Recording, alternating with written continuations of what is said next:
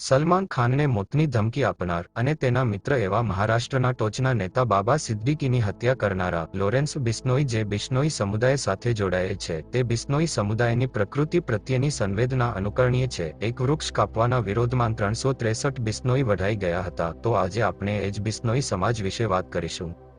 હરિયાણા, પંજાબ, રાજસ્થાન અને ઉત્તર પ્રદેશના કેટલાક હિસ્સામાં વસતો બિશ્નોઈ સમાજ જંબેશ્વર અથવા જંબોજી મહારાજને આરાધ્ય ગણે છે, જેને સ્વયં ભગવાન વિષ્ણુનું સ્વરૂપ માનવામાં આવે છે.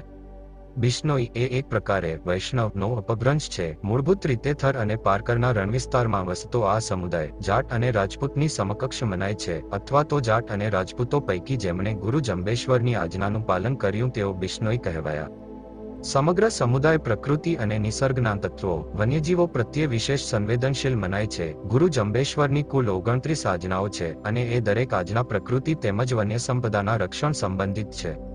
દરેક બિશ્નોઈ શ્રદ્ધાળુ શુદ્ધ શાકાહારી અને અહિંસાનો સમર્થક મનાય છે. પ્રકૃતિના રક્ષણ માટે બલિદાન આપવાની આગવી પરંપરાનો એક ઇતિહાસ છે.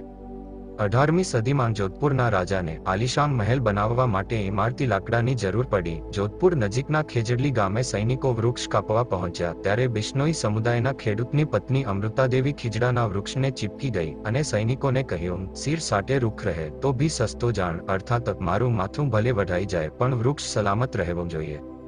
અમૃતાદેવી પછી તેમની 3 પુત્રીઓએ બલિદાન આપી દીધું. એ પછી આસપાસના ગામના કુલ 363 બિશ્નોઈ એક વૃક્ષને ખાતર મોતને વહાલું કરી બેઠા. ત્યારે રાજાને ભાન થયું, આ ઘટના બિલકુલ લોકકથા નથી, આના ઐતિહાસિક પ્રમાણો પણ છે.